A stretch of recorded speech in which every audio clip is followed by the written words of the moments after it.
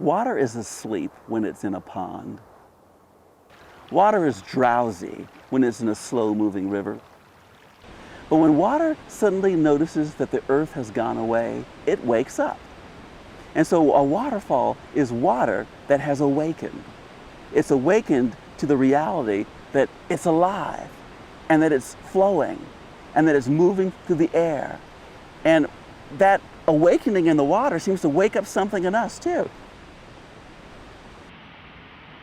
Even lakes and rivers have that sort of draw for people, but it's not that often that you have a river that's free falling through the air. People have always just been attracted to waterfalls all around the world. And I think it's because it's not all that often that you see water just pitching through space. When people think of waterfalls, especially here in Yosemite Valley, which has a very high concentration of high waterfalls, they tend to think of facts. They tend to think of Ribbon Fall, the highest single drop of water in North America, around 1,600 feet. They tend to think of Yosemite Falls, 2,425 feet, fifth highest waterfalls in the world. But the numbers don't add up to the beauty of those falls. Every fall has its own unique character. Every fall is water saying to the world, look, I can be different over here than I was over there. They have their own personality.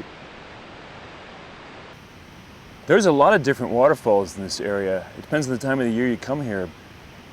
The ones that are going right now would include Vernal Falls, Nevada Falls on the Merced River, Bridal Veil Falls on Bridal Veil Creek. There's some other smaller ones. But this one's named Yosemite Falls. It's the falls. Well, I think it was given the name Yosemite Falls because it's the premier waterfall in Yosemite Valley. Bridal Veil is a spectacular waterfall, so are Nevada Falls and Vernal Falls, but they're quite a bit smaller. Yosemite Falls is just right there. I mean, when you kind of turn the corner and you get your first view of it, it's amazing. It's the reason why people park their cars in the middle of the road and get out and start taking pictures, completely oblivious to everything else around them because it just dominates your attention. I live in Yosemite Valley. I live right underneath the waterfall, and you can bet that I look up at it every single morning when I step out the door. It's impossible not to be drawn to it. People come out here, they're pulled out of their cars. They roll the windows down first. Then they can't get out through the window, so they open the door. Then they go out the door and they just start wandering off into the meadow, getting closer to the fall, getting closer to the creek, getting closer to the river. They can't help it. People tend to want to get as close as they can to the edges of waterfalls, I guess, to experience that rush, that energy of the water going from a placid little stream to a raging, free-falling torrent. People are drawn to waterfalls, and sometimes it's hard to know where that limit is as far as how close you are drawn to it. This morning a man asked me, is there a waterfall nearby that I could stick my head under? And you get questions like that sometimes, and you have to be very careful how you answer them. I can't tell him, no, you can't stick your head under the waterfall. However, I could say, well, very slippery rocks all around the base, and it's a lot of water. It's potentially a very dangerous situation that you might be in.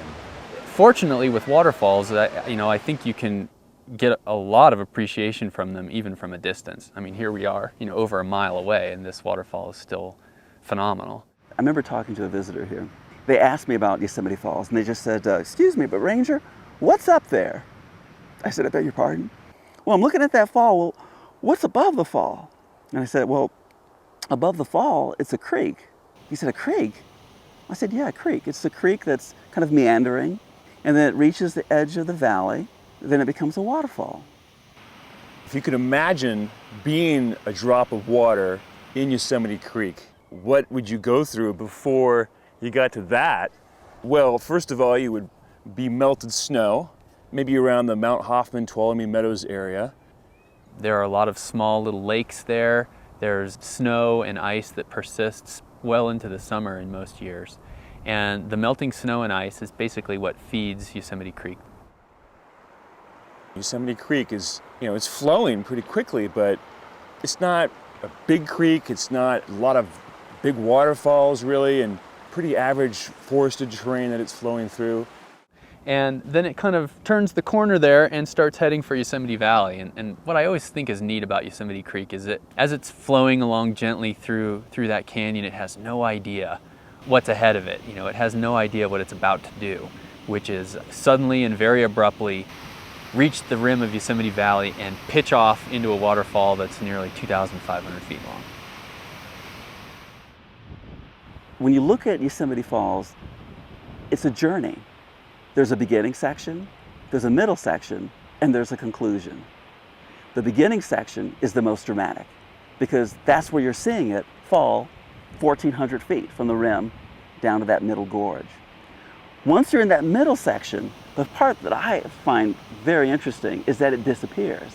You know it's in there, but you can't really quite clearly see it. So even though that's probably the most photographed waterfalls in North America, there's a section of it that's sort of hidden from view, where it's kind of cutting into the rock. And then it comes out again at you at the lower Yosemite Fall and falls about another 300 feet, and we see that.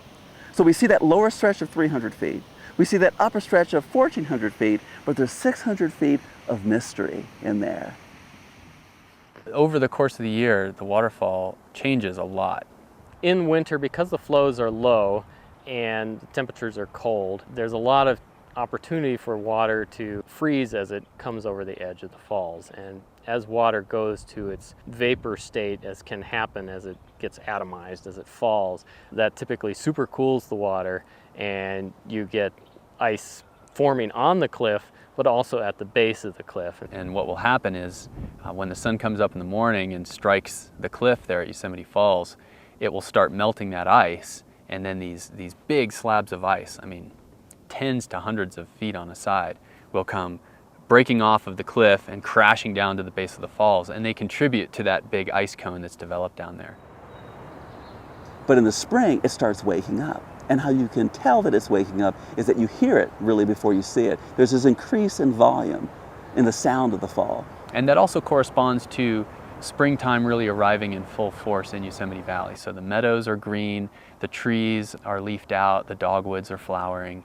From this point on, the snowpack is melting. It's not accumulating. There's nothing more being added to it. And eventually by late July into August, these falls will essentially dry up. Come here in the end of August and you probably won't see any water at all. You look at it now, it's kind of surprising that it runs out of water. So we call that an ephemeral fall. It doesn't run all the time. Once the water has disappeared, you can no longer see it, you can no longer hear it, you can no longer feel its presence. You start forgetting about it. And you don't even look over because you know it's not there. And then there comes a night where there are clouds and there's a little bit of rain, and then you come in the next day, and then there it is. It had been quiet and pretty much dry up there for months, and then that one big rainstorm rejuvenated the waterfall, and it was back, and it was thundering again even. I was sort of overwhelmed by this presence that was back in my life. You know, it's like this friend of mine had been gone for months, and then it just shown up on the doorstep. It's like, wow, I missed you, and I didn't even realize it. Sometimes I think the fall is never more beautiful than when you think it's gone forever. There's this sense that something that has passed away can return, that maybe there is life after death, because something that seemed so categorically gone is just there all of a sudden, just overnight.